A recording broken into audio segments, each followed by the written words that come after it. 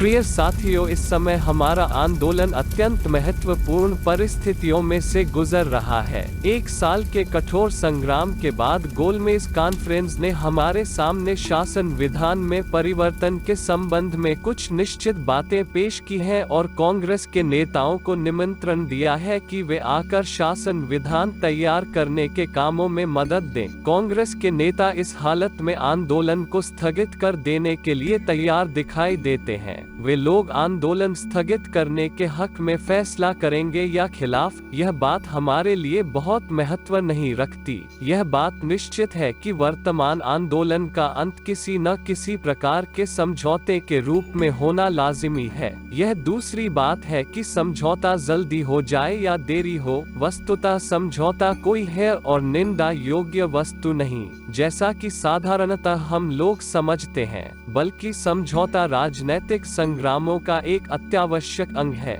कोई भी कौम जो किसी अत्याचारी शासन के विरुद्ध खड़ी होती है, जरूरी है कि वो प्रारंभ में असफल हो और अपनी लंबी जद्दोजहद के मध्यकाल में इस प्रकार के समझौते के जरिए कुछ राजनैतिक सुधार हासिल करती जाए, परंतु वह अपनी लड़ाई की आखिरी मंजिल तक पहुंचते पहुंचते अपनी ताकतों को इतना दृढ़ और संगठित कर लेती है और उसका दुश्मन पर आखिरी हमला ऐसा जोरदार होता है कि शासक लोगों की ताकतें उस वक्त तक भी यह चाहती हैं कि उसे दुश्मन के साथ कोई समझौता कर लेना पड़े। यह बात रूस के उदाहरण से भली भांति स्पष्ट की जा सकती है। 1905 में रूस में क्रांति की लहर उठी। क्रांतिकारी नेताओं को बड़ी भारी आशाएं थीं। लेनिन उसी समय विदेश से लौट कर आए थे, जहां वह पहले चले गए थे। वे सारे आंदोलन को चला रहे थे। लोगों ने कोई दर्जन भर भूस्वामियों को मार डाला और कुछ मकानों को जला डाला, परंतु वह क्रांति सफल न हुई। उसका इतना परिणाम अवश्य हुआ कि सरकार कुछ सुधार करने के लिए बाध्य हुई और ड्यूमा पार्लियामेंट की रचना की गई। उस समय लेनिन ने ड्यूमा में जाने का समर्थन किया, मगर 1906 में उसी का उन्होंने विरोध शुरू कर दिया और 1907 में उन्होंने दूसरी ड्यूमा में जाने का समर्थन किया, जिसके अधिकार बहुत कम कर दिए गए थे।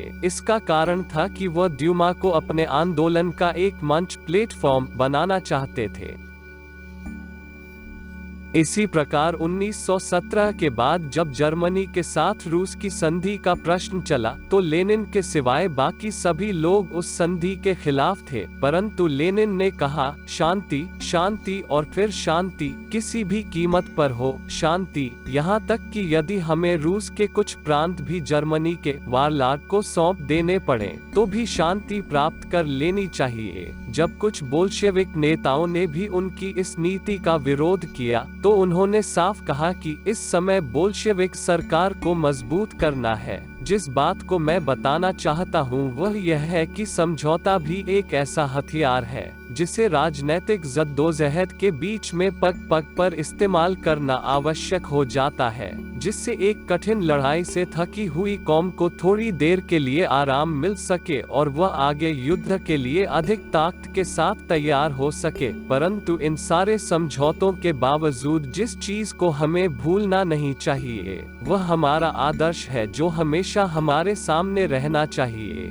जिस लक्ष्य के लिए हम लड़ रहे हैं उसके संबंध में हमारे विचार बिल्कुल स्पष्ट और दृढ़ होने चाहिए। यदि आप 16 आने के लिए लड़ रहे हैं और एक आना मिल जाता है, तो वह एक आना जेब में डालकर बाकी 15 आने के लिए फिर जंग छेड़ दीजिए। हिंदुस्तान के मॉडरेटों की जिस बात से हमें नफरत है वह यही है कि उनका आदर्श कुछ नहीं है। वे एक आने के लिए ही लड़ते हैं और उन्हें मिलता कुछ भी नहीं। भारत की वर्तमान लड़ाई ज्यादातर मध्य वर्ग के लोगों के बलबूते पर लड़ी जा रही है, जिसका लक्ष्य बहुत सीमित है। कांग्रेस दुकानदारों और पूंजीपतियों के जरिए इंग्लैंड पर आर्थिक दबाव डालकर कुछ अधिकार ले लेना चाहती है, परंतु जहां तक देश की करोड़ों मजदूर और किसान जनता का ताल्लुक है, उनका उद्धार इतने से नहीं हो सकता। यदि देश की लड़ाई लड़नी हो तो मजदूरों, किसानों और सामान्य जनता को आगे लाना होगा। उन्हें लड़ाई के लिए संगठित करना होगा। नेता उन्हें आगे लाने के लिए लिए अभी तक कुछ नहीं करते, न कर ही सकते हैं। इन किसानों को विदेशी हुकूमत के साथ साथ भूमिपतियों और पूंजीपतियों के जुए से भी उद्धार पाना है, परंतु कांग्रेस का उद्देश्य यह नहीं है।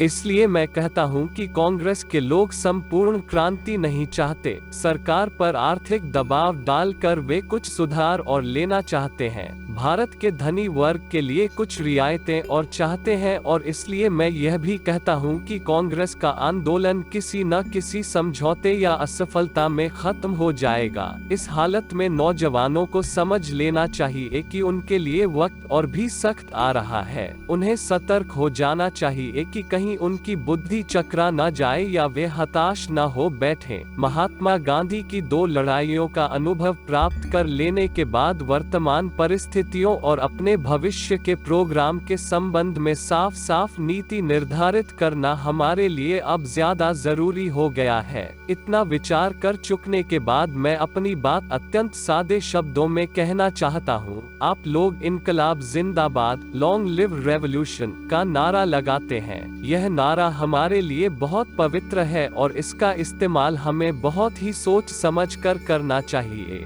जब आप नारे लगाते हैं तो मैं समझता हूं कि आप लोग वस्तुतः जो पुकारते हैं वही करना भी चाहते हैं। असेंबली बम केस के समय हमने क्रांति शब्द की यह व्याख्या की थी। क्रांति से हमारा अभिप्राय समाज की वर्तमान प्रणाली और वर्तमान संगठन को पूरी तरह उखाड़ फेंकना है। इस उद्देश्य के लिए हम पहले सरकार की ताकत को अपने हाथ में लेना चाहते हैं। इस समय शासन की मशीन अमीरों के हाथ में है। सामान्य जनता के हितों की रक्षा के लिए तथा अपने आदर्शों को क्रियात्मक रूप देने के लिए, अर्थात समाज का नए सिरे से संगठन कार्ल मार्क्स के सिद्धांतों के अनुसार करने के लिए हम सरकार की मशीन को अपने हाथ में लेना चाहते हैं। हम इस उद्देश्य के लिए लड़ रहे हैं, परंतु इसके लिए साधारण जनता को शिक्षित करना चाहिए। जिन लोगों के सामने इस महान क्रांति का लक्ष्य है, उनके लिए नए शासन सुधारों की कसौटी क्या होनी चाहिए। हमारे लिए निम्नलिखित 3 बातों पर ध्यान रखना किसी भी शासन विधान की परख के लिए जरूरी है। 1. शासन की जिम्मेदारी कहां तक भारतीयों को सौंपी जाती है। 2. शासन विधान को चलाने के लिए किस प्रकार की सरकार बनाई जाती है और उसमें हिस्सा लेने का आम जनता को कहां तक मौका मिलता है। 3. भविष्य में उससे क्या आशाएं की जा सकती हैं, उस पर कहां तक प्रतिबंध लगाए जाते हैं। सर्वसाधारण को वोट देने का हक दिया जाता है या नहीं। भारत की पार्लियामेंट का क्या स्वरूप हो, यह प्रश्न भी महत्वपूर्ण है। भारत सरकार की काउंसिल ऑफ स्टेट सिर्फ अमीरों का जमघट है और लोगों को फांसने का एक पिंजरा है। इसलिए उसे हटाकर एक ही सभा, जिसमें जनता के प्रतिनिधि हो, रखनी चाहिए। प्रांतीय स्वराज्य का जो निश्चय गोलमेज कॉन्फ्रेंस में हुआ, उसके संबंध में मेरी राय है कि जिस प्रकार के लोगों को सारी ताकतें दी जा रही हैं, उससे तो यह प्रांतीय स्वराज्य न होकर प्रांतीय जुल्म हो जाएगा। इन सब अवस्थाओं पर विचार करके हम इस परिणाम पर पहुंचते हैं कि सबसे पहले हमें सारी अवस्थाओं का चित्र साफ तौर पर अपने सामने अंकित कर लेना चाहिए। यद्यपि हम यह मानते हैं कि समझौते का अर्थ कभी भी आत्मसमर्पण या पराजय स्वीकार करना नहीं,